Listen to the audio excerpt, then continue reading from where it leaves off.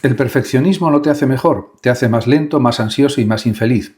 Solemos pensar en el perfeccionismo como una virtud disfrazada de defecto, algo que decimos en una entrevista de trabajo casi con orgullo, pero la psicología lo ve de forma muy distinta. El perfeccionismo no es la búsqueda saludable de hacer bien las cosas, sino un mecanismo basado en el miedo, donde el valor personal depende de un resultado impecable y cualquier imperfección se vive como una amenaza.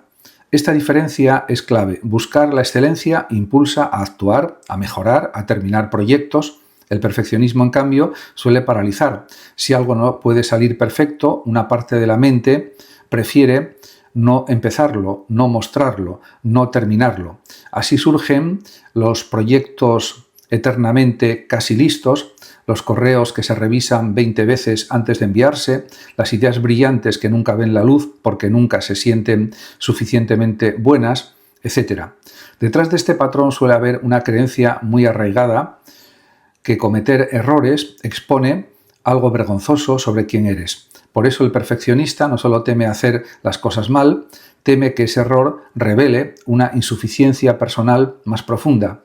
Esta carga convierte cada tarea, por pequeña que sea, en un examen silencioso sobre el propio valor, lo que explica el nivel de ansiedad desproporcionado que puede generar algo tan simple como enviar un mensaje o entregar un trabajo.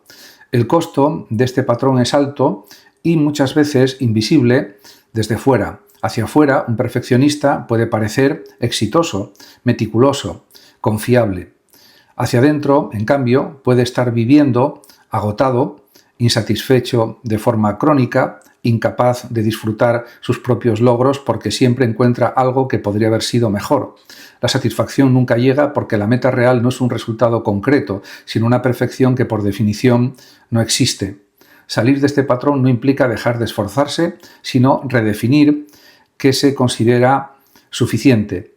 Fijar de antemano un criterio realista, determinado, practicar mostrar trabajo imperfecto, sin catástrofe, y aprender a separar el error puntual del valor personal son pasos que poco a poco aflojan esa presión constante. Lo perfecto es casi siempre enemigo de lo hecho, y lo hecho, con sus imperfecciones, es lo único que realmente construye algo.